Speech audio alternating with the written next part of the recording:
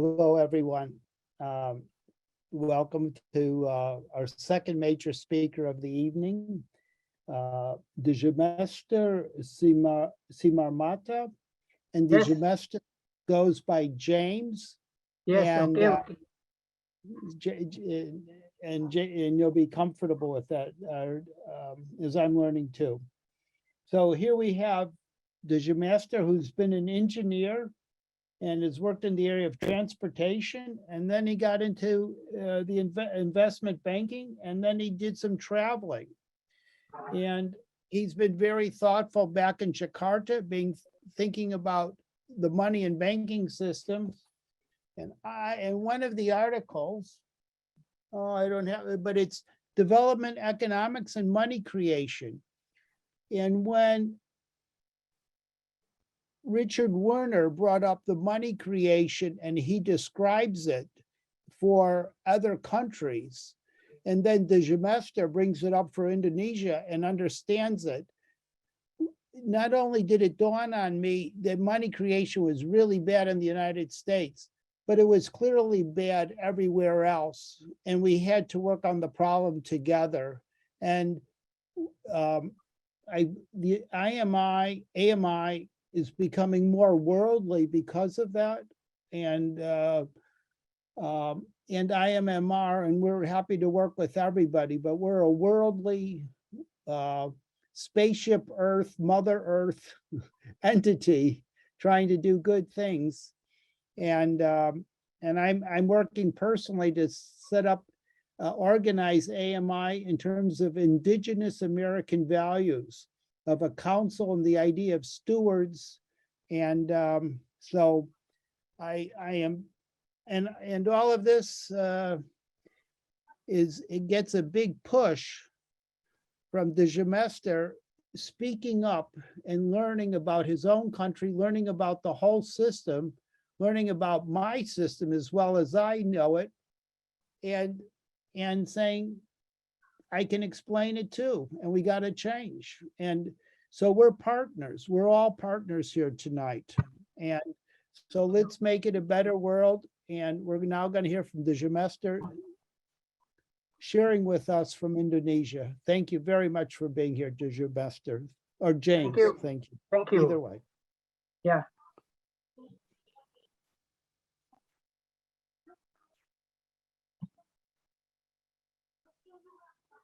Can you see now my? Yeah, we're on development economics. Yes. Yeah, okay. So what I would like to talk here is about development economics that has been taught in the university. And as I have taught that in my university in Indonesia, all of the books on that has been saying that all development should be started by having first savings. But developing countries, they have low GDP, and then if they have that, it will be low saving also, and also it will be also reducing the GDP. So what is this? I have said it's a new paradigm for financing development.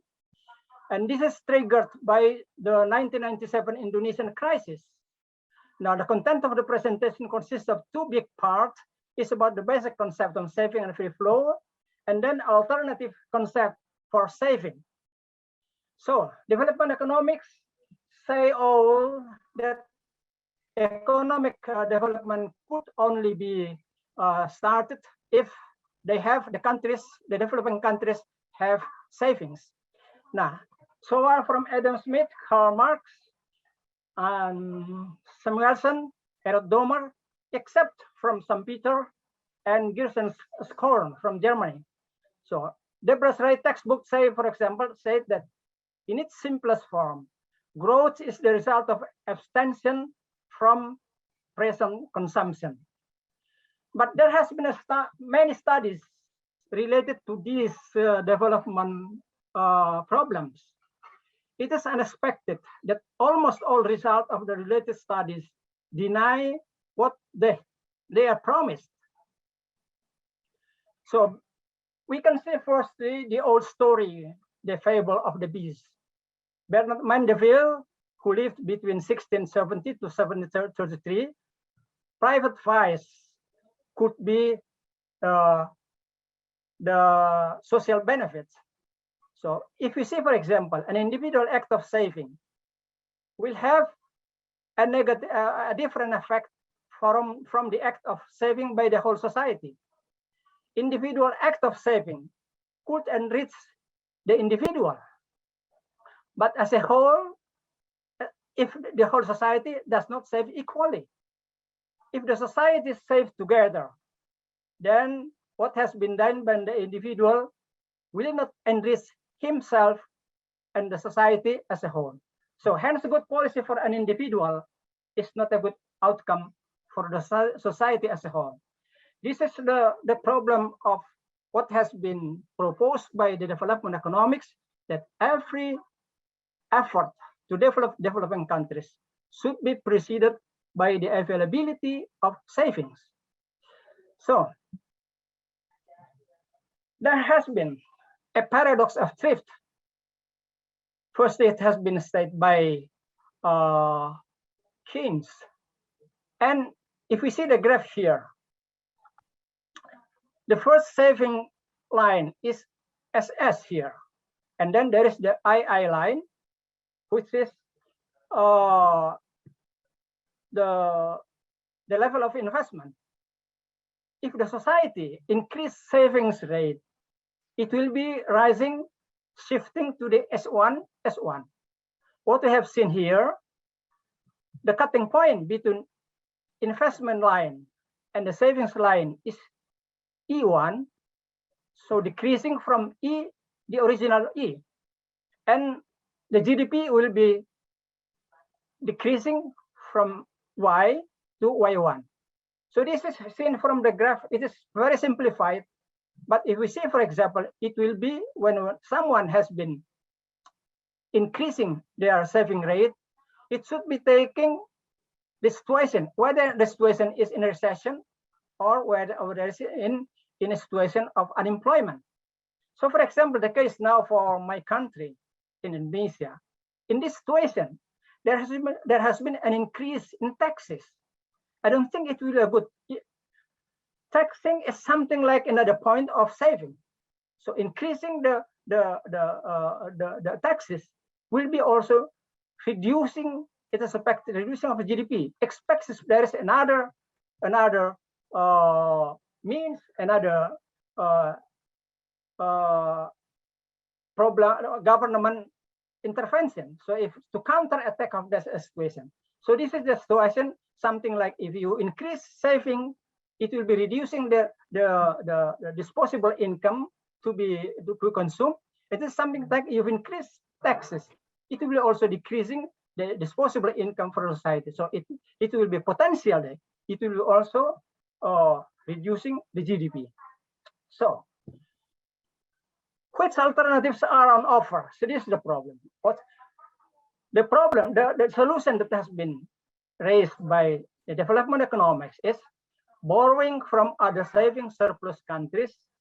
It will be resulting in a win-win solution.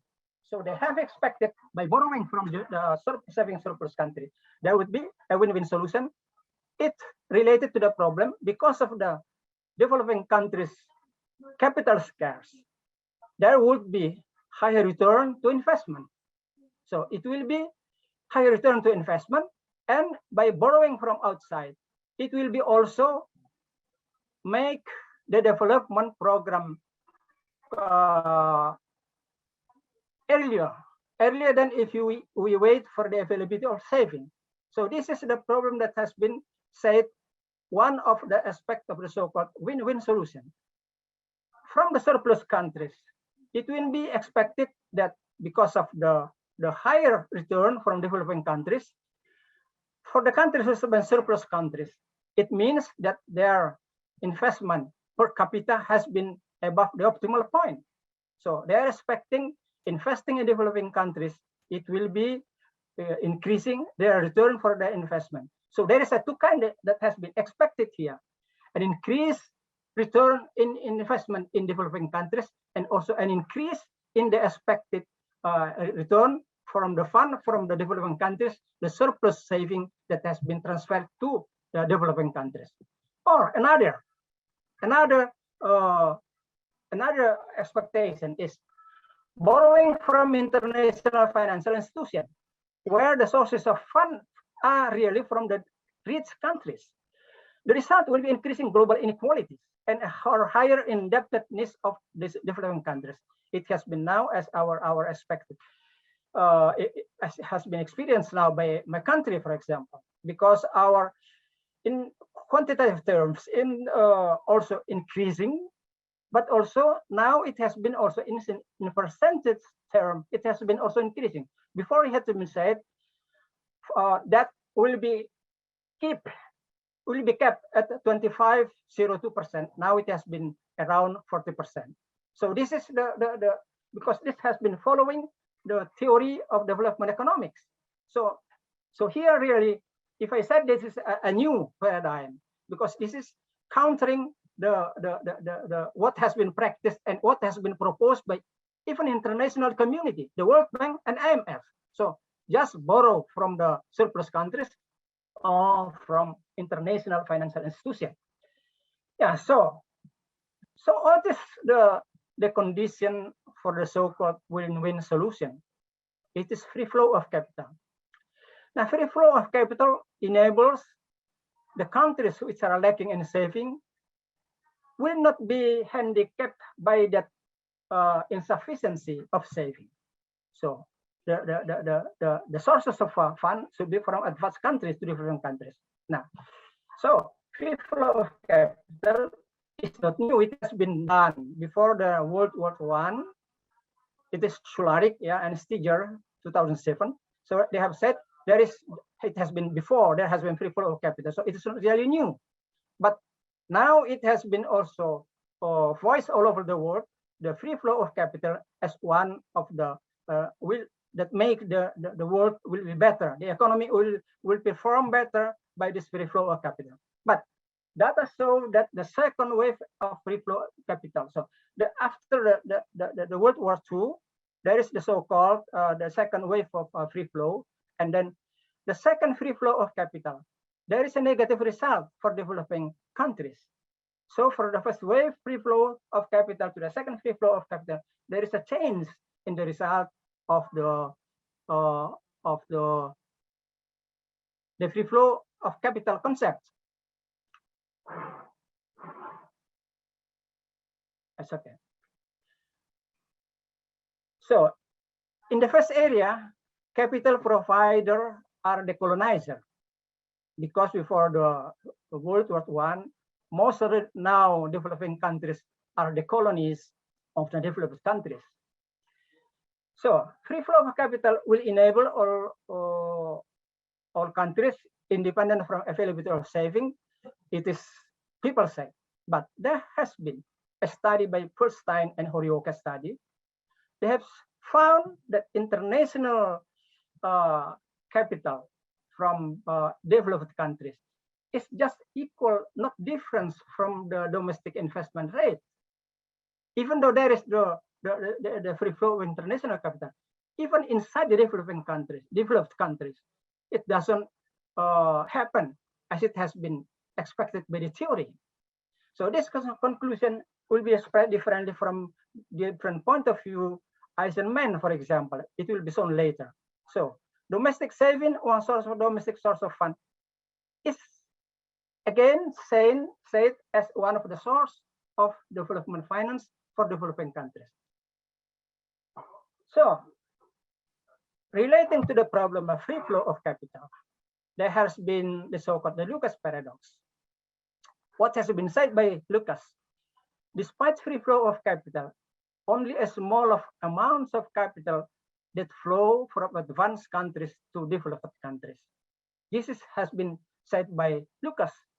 And then he explained, and others also explained, that developing countries have inadequate infrastructure, their labor force is inexperienced and less in education, there is corruption, there is a tendency from the failure of debt from abroad and so on, reducing the risk-adjusted return to investment. So this is has been raised by Lucas paradox in 1990, and then because of that, it is not as the fact has been shown.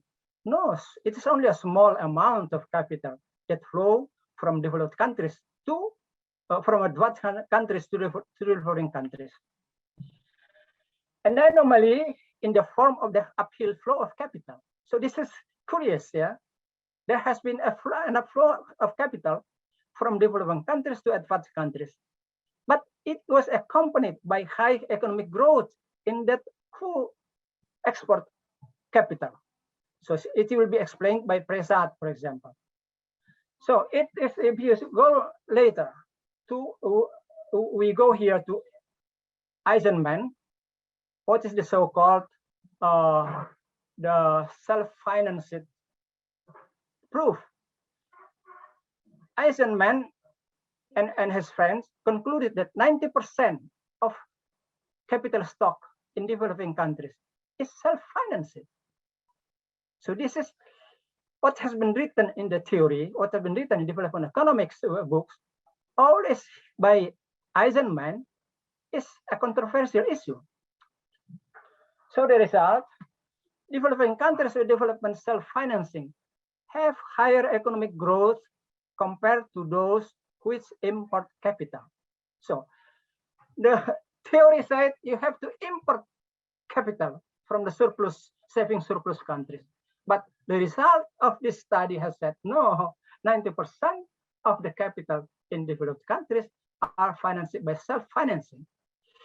But unfortunately, the study does not provide information on which sources of domestic institutions play the role as fund provider, whether it is for commercial bank, capital market, bond.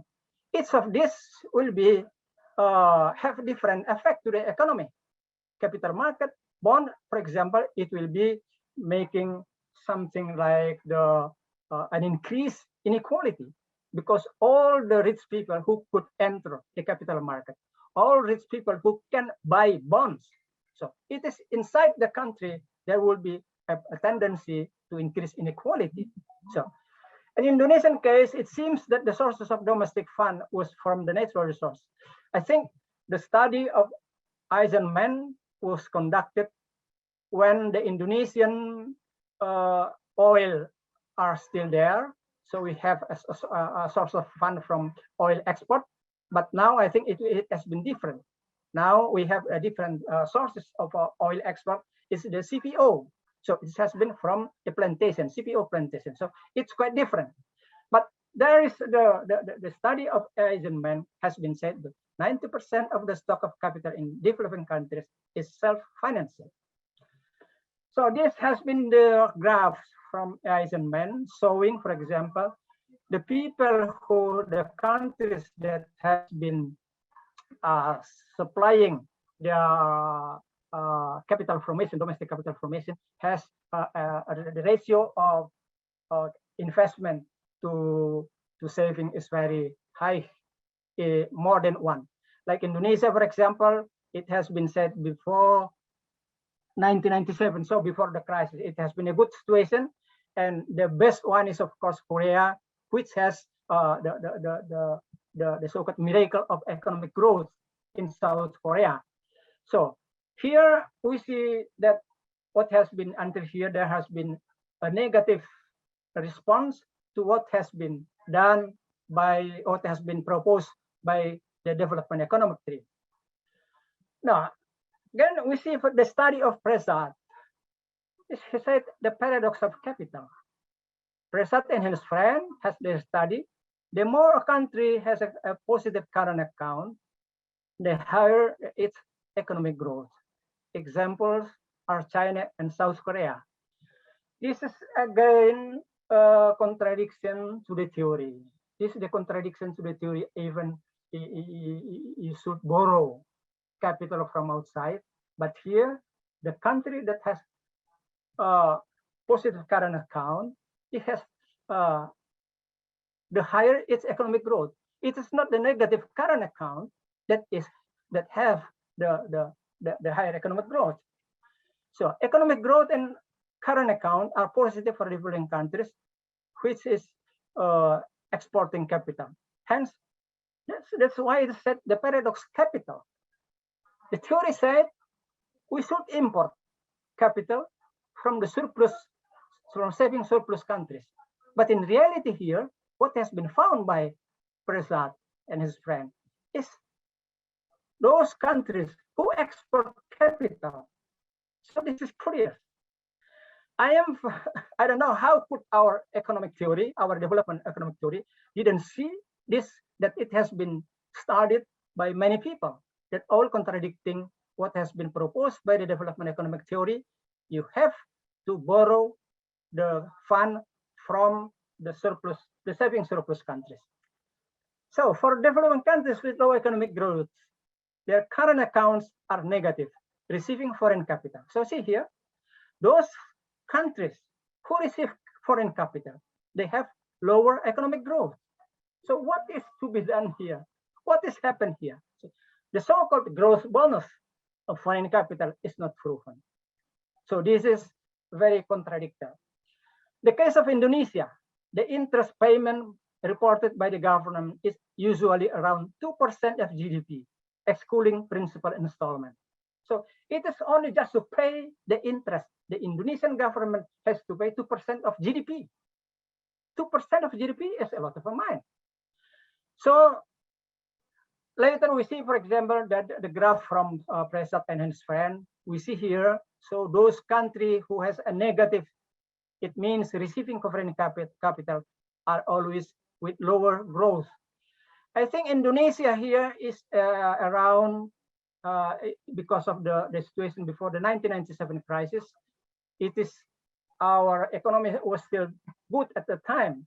The level of growth before 1997 is almost approaching 7%, but now it's only 5%. Between 2011, 2010 to 2020, we had an economic growth averagely 5%.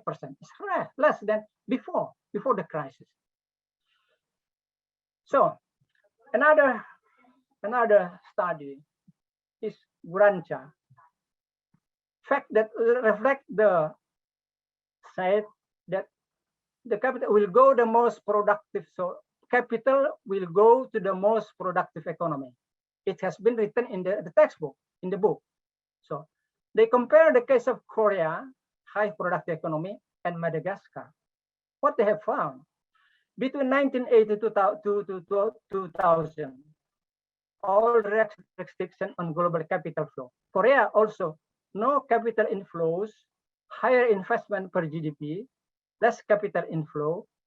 But Madagascar, 6% of GDP inflows, lower investment per GDP, higher capital inflows. So this is always contradictive to what has been said by the theory. So capital does not go to high productive country, but to a low productive country. So that's why it is said the allocation puzzle.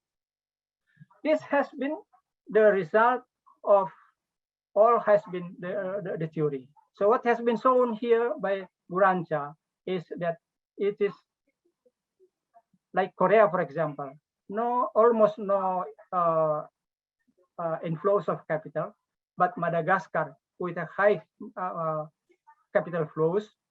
And then we see here investment per capita is much higher for Korea in percentage in percentage terms compared to Madagascar. So this is the situation of the what has been taken from our theory, our textbook. So Roderick, in 1920, Keynes proposed global free flow of capital, as has been proposed to the free trade in goods and services. But in 1930, Keynes changed his mind.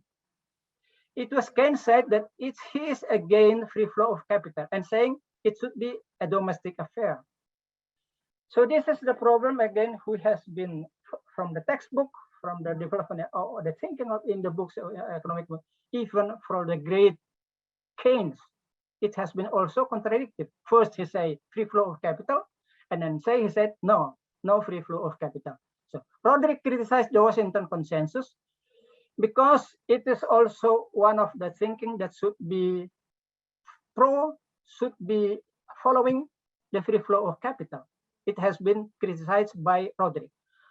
Roderick praised China for not receiving capital inflow, but on the contrary, exporting capital to advanced countries. It has been also found by Prasad. So Roderick issues is for developing countries. The issue is whether to liberalize capital flow or not. Free flow of capital causes the instability of exchange rate. But we know exchange rate is very important for the businessmen. How they should see to allocate fund if their exchange rate is changing.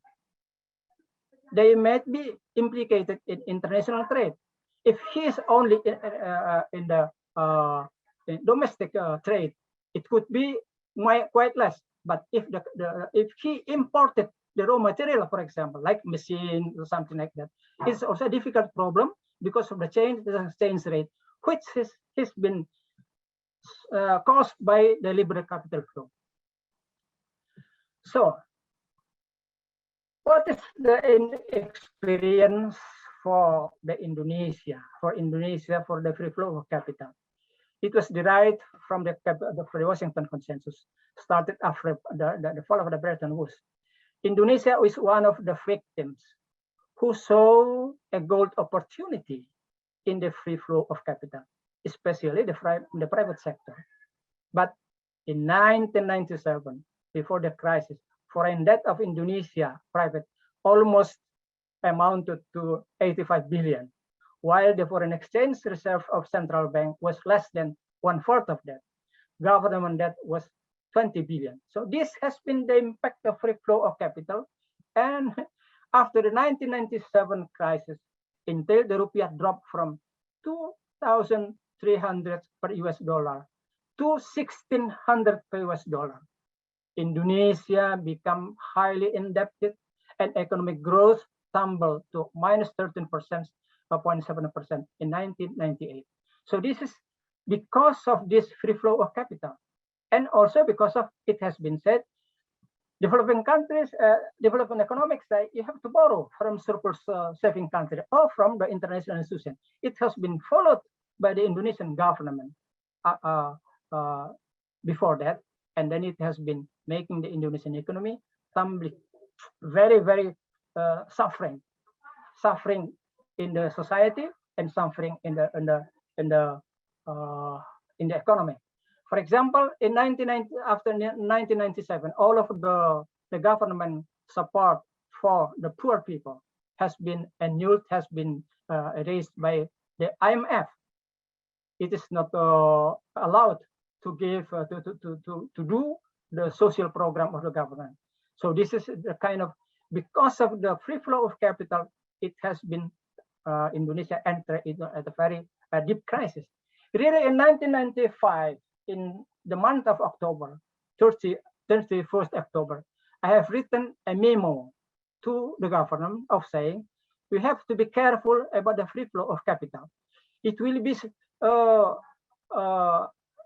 difficult thing for the economy when the capital go out because of the situation. If the something happened to the free flow of capital, it happened. I have given my memo in 31st October 1995, and then the crisis happened in 2 July 1997. So it's more than 1 year has happened. But this is because I didn't really believe in the so-called the virtue of the free flow of capital. So here we see all the recipes from development economics, free flow of capital and borrowing from the saving surplus countries and globalization are leading to crisis or the failure of the economy. One of the research conclusions, self-sufficient in development financing. This is very contradictory. The theory, the research conclude that there should be self-sufficiency. But now the problem, where is the origin of domestic fund? Bank, we have known that money creation out of nothing. Who is really entitled to this? The creation of money out of nothing. Is it the private sector or is it the government should be owning that?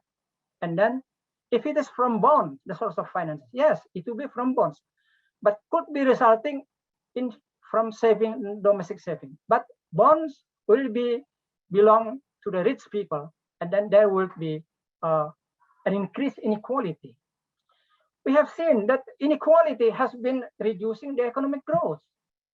I have 4 students when they do their masters and then have seen domestically Indonesia. See how is the economic growth in that region if your Gini coefficient is rising. The result is saying that if the Gini coefficient is increasing, so the economic growth of that region also reducing. I have also heard from the study of the United States, it is also said that because of the inequality, the Gini coefficient increasing, Gini coefficient, the economic growth is also reducing. So we would like to find what is the sources of the thought that we would like to follow in economic development. Could economic history be another source of information so that we can see the sources of information? How should economic development be financed? I think, from my point, I think this is an empirical fact, because if the countries that have been using their sources of finance from domestic sources, so it is also a kind of thing that should be compared to like econometric study, economic study by data, but history is something that has been the success of the country. So now I have seen here, I have taken here the history of economic development. One is from the book of Gerson Krohn. He published his books in 1962. One has in mind of countries that have the new financial organization, which could be used to build miles of railroads, drill mines, erect factories, build canal, urban development, construct ports, and modernize cities. So this has been the conclusion of Gerson Krohn. So it has been, for France, we will say later, it has been from a local investment bank. Why should a long period of capital accumulation preceded the industrialization? Why is not the capital as it is being accumulated also invested in industrial venture so that industry grows pari passu to the accumulation of capital? Gerson Krohn no mention about borrowing from abroad, even though the fund is not sufficient. So St. Peter, his book is 1911. Hence, in such economic system, there could, he means about developing countries. In such economic system, there could be no great reservoir of free purchasing power, to which the conventional answer to our question is not obviously absurd. Yet there is another method of obtaining money for this purpose. This method of obtaining money is the creation of purchasing power by banks. It is always a question not of transforming purchasing power which already exists in someone's possession, but of the creation of new purchasing power out of nothing. So these two I have seen as a source of idea for developing countries. Because as I have seen, for example, there are 5 billion people who are in poor countries all over the world. They are lacking in fund how to develop their countries. They lack in infrastructure.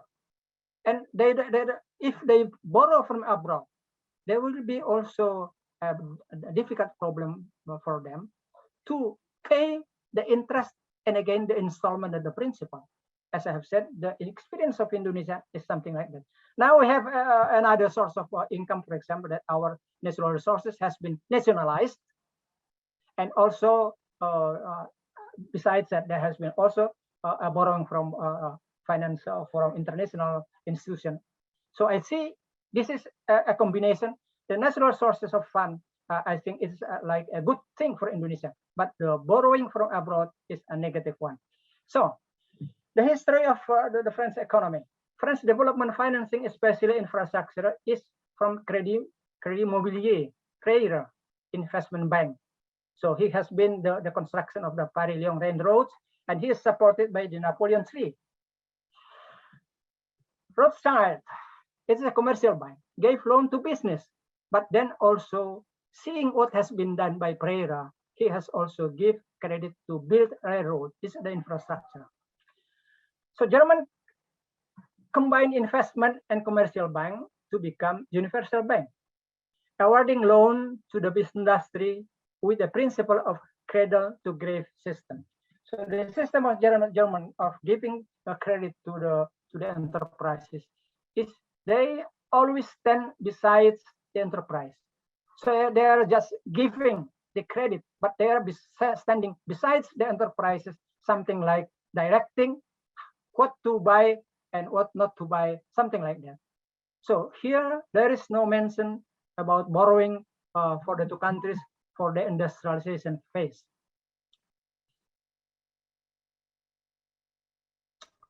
So that is a kind of thing that our problem in our macroeconomic books, for example. Banking as a whole has a vital macroeconomic role. See, for example, investment in private sector is given by credit from the private banks. Consumption. We see for a second, the GDP is the consumption plus investment plus government plus export minus import. So here, the role of banking really is not only a microeconomic role, it has a macroeconomic role. But what has happened? Banking is just considered equivalent to other enterprises as a microeconomic unit of production. So this is one of the, I think, one of the error of our economic thinking by only including bank as a private, as a unit of, equal to the all enterprises, the private enterprise production enterprises. It has a very important role in macroeconomic through their role in investment and consumption. So the facts, credit is taken out of existing saving. It's not taken from existing saving, but created out of nothing. Could be supported by collateral. This really has been written by MacLeod in his book in 1866. And industrialization process, as has been shown to the case of France and Germany, that has been written by Gerstenkorn. So here, again, I am in my thinking, I am in my effort to see where should be the source of fund for developing countries. I found many peculiar things in our theory, in our textbook, and other things. So is importing capital the best way? I think apparently no. So recent concern on waves of debt. In his forward to global waves of debt by Kosher, David Malpass, president of the World Bank Group, said there should be a correction pursuing the increase in public debt account. So there is a question of which course correction should be conducted. What should be substituted for the present foreign debt accumulation? So this is the question again. It arises. It has been many research has been showing what is the negative impact of the proposal that has been proposed by the economic theory, and then the previous fact of France and Germany industrialization have shown the role of money creation is an alternative. But it was neglected by existing development theories, either in the existing textbook or from the international organization. So domestic bond will promote inequality. So high inequality leads to low economic growth. Based on some Peter, the experience of France in the 19th century, the information from Germany in the 20th century, money creation is a viable option. So viable option, as you have discussed in our group, that money creation should be conducted by the government. But the present now, the present system has been created by the private bank. So the experience of Japan, South Korea, Taiwan have shown the success of not relying on foreign funds for development finances as it's promoted. So the best choice is money creation, which could push up the economic growth, as the next slide show, for example. These are the examples from the experience of Germany and China. You see here the investment that has been conducted by Germany between 1950 to 1980. They have high investment to GDP ratio, but their saving rate, private investment is the red one, is very low. So where do they get the money? It's by creating money out of nothing. So also the China, as has been shown by Prasad, for example, China did not borrow from outside. Instead, they export their capital. So we see here where they come that capital. This is the creation of money out of nothing. So we can see here the old examples of France and Germany also creating money out of nothing to do the development program. At the time, they are industrializing their countries in order to catch up the industrialization of the England, which is at the time is only industrial textile industries. So here now in after the World War II, Germany and China has been using the creation money out of nothing, not to borrow from the serving surplus country, as has been proposed by economic theory, development economic theory. So see, for example, the example of Germany again. Germany after the so-called between 1948 to 1951. It is also seen the economic growth of Germany was very high. It's more than 12%, more than all European countries. But it has been ruined in the World War II. So their money has been, I think, exhausted by the war. But where this comes from, the so-called Marshall Plan, in reality, it was only 1% of GDP. So it is very small to what is required by the development, the rebuilding Germany from the ruin of the World War II. And we see again the China is something like here. We see here the high economic growth of China, and then the graph of Eisenman has shown they have a high investment compared to what has been the available fund. So this is again supporting that money creation is another available option for developing countries. So money creation for development is facing an opposition from the reigning concept, both the valid banking laws and commercial banking practices. International financial institutions are also against the money creation for development finance in developing countries. You see, for example, no support for the World Bank and even from the IMF if we propose that we create money for development. Central Bank Law for Indonesia, for example, number 23 in 1999. So this is after the 1997 crisis in Indonesia. Prohibited loan from Central Bank to the government. So this is again, it has been prohibited the fund from Central Bank to the government. It is understandable because the idea of independent Central Bank was very popular until now. If I talk in Indonesia about this concept, for example, people are saying you are against the independent Central Bank idea. So I don't think this has been until now is a very difficult problem, because there are many people has been sticking to the idea of an independent central bank idea. But German, by seeing their next here, I will show here how here the report of central bank that the government also obtain credit from the banks. So it is not only the private sector that has been given credit, the government, so national government and local government. So this is, I don't know, because the sources of idea for our central bank in 1997 is really, if I'm not wrong, he was also from Germany. But he proposed what is different with the practice of Germany to what is proposed in our central bank law. So lending to private investment by commercial bank is based on money creation of nothing. But loan for public investment with higher number of social beneficiaries is prohibited. It's not fair. The public investment has many wider recipients of the benefits, but the private sector is allowed to get credit from commercial bank where the credit was created out of nothing. This is a biased concept against public interest.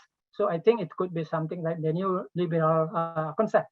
In developing countries' economic development, the most pressing need is to build infrastructure. Mostly is said to be the task of the government for public benefits, unavoidably needed by all kinds of production sectors. Roads, electricity, phone, something like that. All are public infrastructure, which is used by all private sector and also the government sector itself. But it has been, if it is the loan for the public sector, it is prohibited. It is not allowed. The effect result in a continuous loan from foreign bank institution. This is the case of Indonesia, who has been, when there is a budget deficit, always the alternative is borrowing from World Bank or from IMF. So Indonesian foreign debt was rising continuously from 1997. Even do we have what time? Okay. So Indonesian foreign debt was rising continuously to 2011 after the 1997 financial crisis. The growth of private debt component is lower than the government debt. So you see again, the private sector is the most aggressive part of the society who borrow from abroad. The government debt was mostly for infrastructure financing. Data show that 2% of GDP, yes, it has been said that 2% of GDP is for paying foreign debt interest, excluding installment. So without foreign debt, economic growth could be more than 7% in Indonesia. So it has been supporting the study of Presage and also the Eisenman. So this is our statistic of foreign loan for Indonesia. So just in data, just explain. I will not talk about it later again. So I have shown this example here because the issue in Indonesia is the United States has more than 100% of GDP their debt. But if we see here, the debt is the component is for Federal Reserve System and other local system is very different with Indonesia really. So there is I've said that in this, for example, that it is not the same. The debt of the United States is mostly for domestic holder, while we are not. We have the foreign debt, which is dominated by the dollar and the private sector. So this is the kind of thing that has been derived from our economic theory. Let's see, for example, here, the statistic of the interest rate for developing countries compared to credit to developed countries. You see here, for example, in 2018, the interest rate for loan in developed countries only 1.7%, almost 2%. But for developing countries, it is 6.3%, 3 times. I think, I don't know, how could we use such high interest rate to develop our countries? So that's why really, if you refer, for example, to the problem, why don't just create money out of nothing by created by the government, as Mr. Ajis just now said, it should belong to the government, and it has been since long, the study has been shown that really money creation should belong to the government. So from the central bank publication and foreign injected in more than, what is the composite interest rate? So we borrowed in 6 currencies, Indonesia. Each currency must be with different interest rate. So each currency will charge a different interest rate. So if the previous slide, average loan interest rate for developing countries, 6.3%, where the composition of the loan could be different from that of Indonesia. The interest rate for in developed countries is almost 2%. It's a huge difference. Is it fair? For the point of view of fairness, but again, for the problem of the whole development, how could we pay such 6.3% of the interest rate for the loan that has been taken from abroad? Alas, Central Bank of Indonesia does not publish the composite interest rate for foreign loan. I have just now asked about the problem of loan to the property. So I just raised this here because the case of England is very, very curious. The credit for private, the property sector is very high, and the credit for real sector is low. So I don't think this is a good example for development in developing countries. I suspect, for example, this our situation in Indonesia. So, for example, this Indonesian economy has been switched to financialization process because, for example, in 2005, our GDP share from the financial sector is 4.03%. 2021, 4.34%. So what has been the role played by the banks? So now we see here 2 other kind of things, and then we are deindustrialized. Why it's happened? Why we share in the value added of industry also decreasing in Indonesia? In 2020, it is 21.7%. In 2022, 13% of GDP. So this is a kind of distortion. So you see, for example, the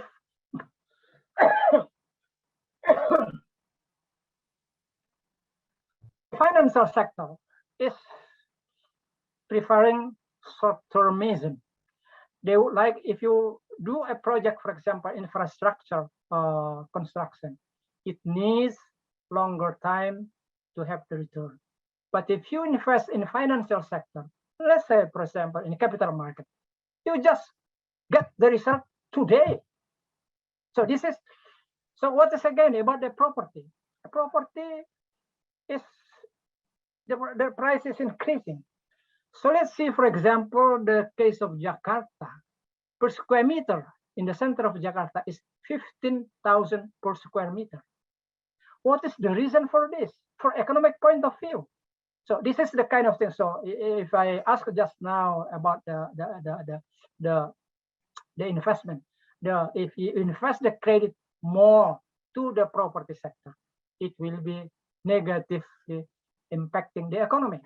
So there is a kind of thing for the capital market. Capital market to some extent is good, but if it is for the new offer of capital, it is very good. But from the going concern, if it is not appropriately managed, it will have a negative. It's something like the investment in property sector. The property sector is only there, but the price is rising. So this is the problem of the economic, how the bank should manage the allocation of credit is again the problem. So foreign land, I think the central bank the circulating inside the borrowing countries. The central bank can use the foreign fund to the central bank to buy foreign resource, usually at a very low interest rate. See, for example, the report from Michael Hudson, American Imperialism. The borrowing countries have to issue an equivalent local currency in order to be able to use the foreign fund. So this is again the kind of thing that should be taken into account. For example, if a country borrow the dollar, for example, Indonesian economy, the dollar could not be used inside the country. So the country, the central bank will create money, an equivalent to that borrowed money. So why don't just create money without borrowing first? If you don't borrow, you don't need foreign exchange reserve in the central bank. So this is the kind of idea that I have seen very contradictory, and it is not to the benefits of developing countries, but it is mostly not beneficial to the country like Indonesia. So Gerson sound accumulation of capital while investing. I think this is a kind of a new approach to an innovative way for developing countries. So accumulating capital while investing. So this is the kind of thing that should be used. So that's why, as I said before, it will be a new paradigm is because of something like this. For all kinds of infrastructure, its construction will be followed by production activities. So you see, for example, the time lag between construction roads, for example, in rural areas, I don't think it is more than 6 months. It will be directly followed by production activities. So it is not, it is, I think it will, if there will be an inflation for that creation, money creation, it should be short-time inflation because it will be followed by activities in the vicinity of the constructed infrastructure. So there will be wider dispersion of people and then asset due to the infrastructure. So for example, like roads in my country. So if you build road, there will be many people where their land value increase. So it's something like a distribution of capital, distribution of wealth by constructing road in the urban, in non-urban areas. There will be an increase of the wealth of the people who are far away from the center of activities. So this is another kind of distributing the wealth in the nation. So I think it is again another point, creating money out of nothing, and then it is in the hand of the government is very good for many aspects of the development process. Hence, the previous thesis of Gerson's Korn is a viable option. Money creation for development instead of borrowing from saving in developing countries, saving from surplus developing countries or from international financial institutions. This should be a new way of billions of people to escape from poverty and international indebtedness. I thank the IFGM under the umbrella of AMI for supporting this idea by bringing this to this international congress. Thank you, Stephen. Yeah. Thank you, Djamester. It was a powerful talk.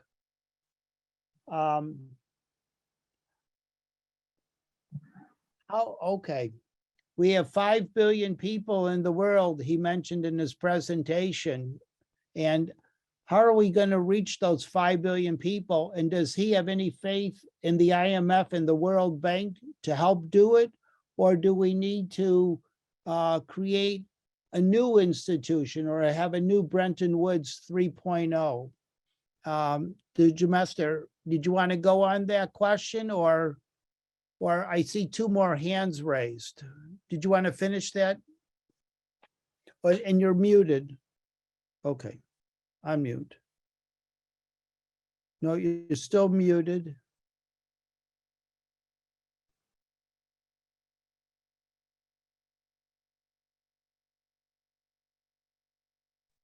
No, you're Still muted.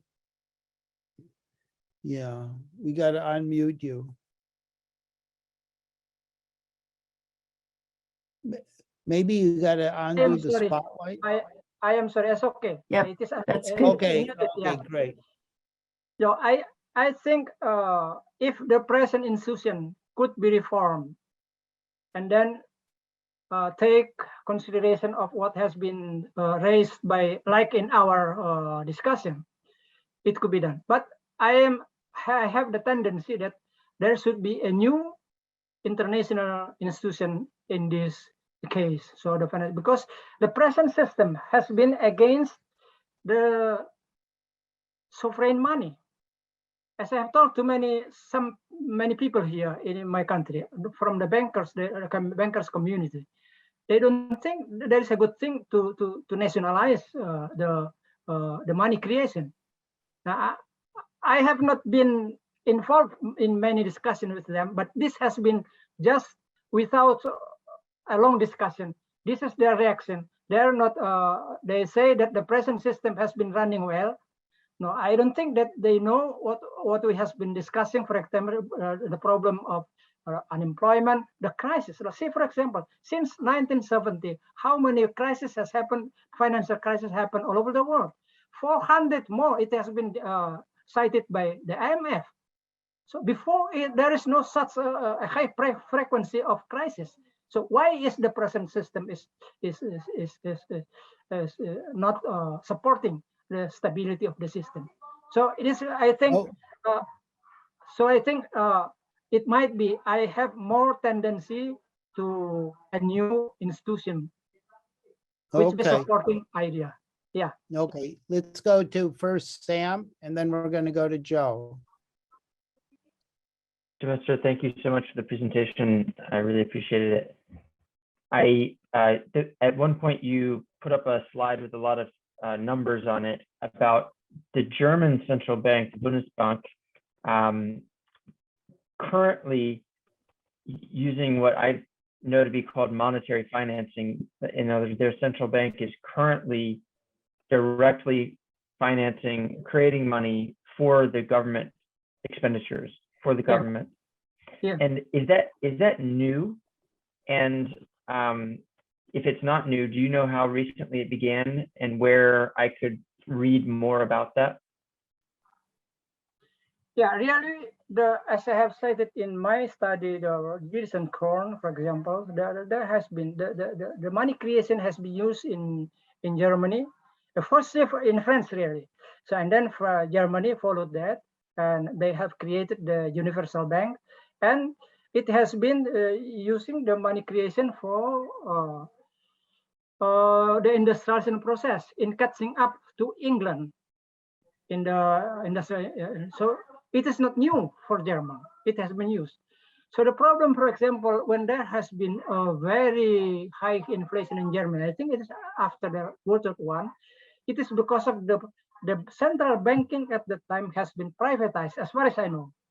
So, and then after that, there has back again that the central bank is quite nationalized, but the impact of ECB is something to privatize that. But as I have seen that in the report of the central bank, the government get a credit from bank. So even though Germany is within the ECB, they are not running as what has been demanded by the ECB. I think there has been a special treatment for them, because I don't think there has been a critic from the ECB to the German system. But the report says that the government get credit from the bank. Interesting. Yeah. Joe Polito, let's give Joe a turn, and maybe if Sam or someone else has a question in a bit. Thanks very much for your presentation. Lots of great information there.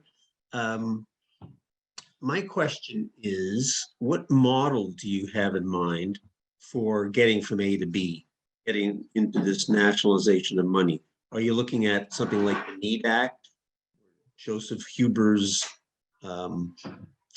single circuit system, or maybe positive monies approach? They're all very, very similar.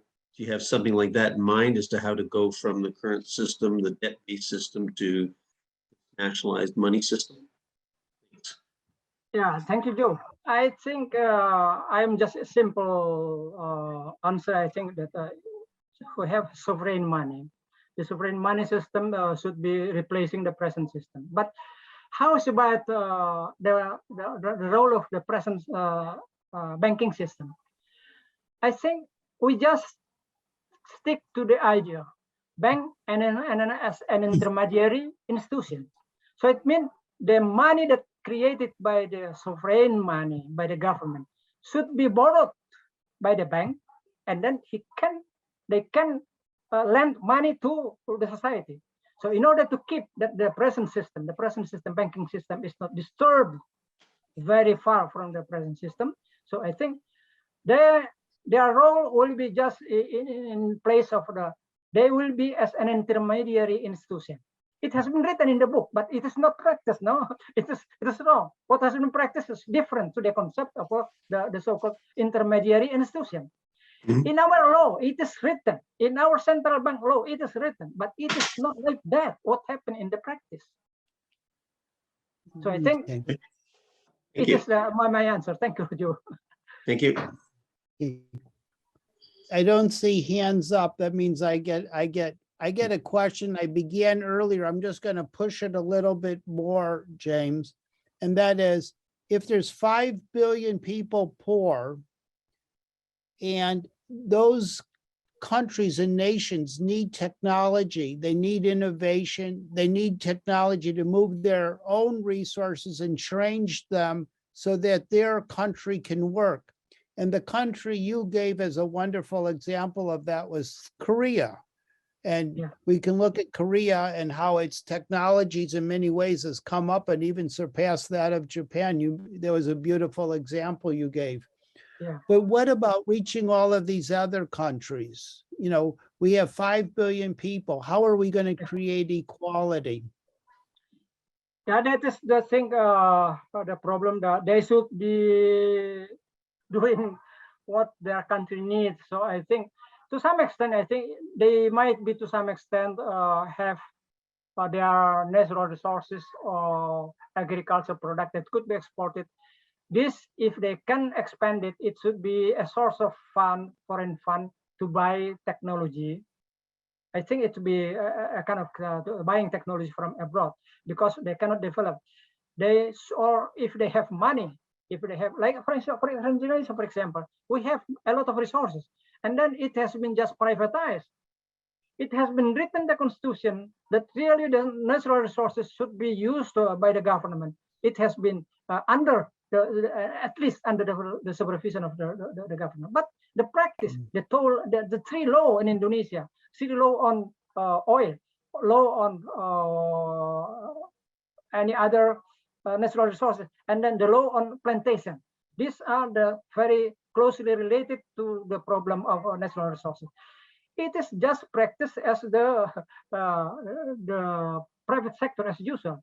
So for developing countries, I think for those who are very poor on that, I hope that should be from the international institution who have something like a program for aiding the poor countries. But for the countries that they can do something from their natural resources, either agriculture or other natural resources, they can sell that to outside and then buy the technology they needed. So they have, and then they should have, based on what has been bought from that, they should develop that technology, and then they have to be they should be dedicated in developing their internal technology. I think this is the kind of thing they have taught. Yeah, maybe there should be intellectual rights of fewer years, and then there maybe should be rules around generic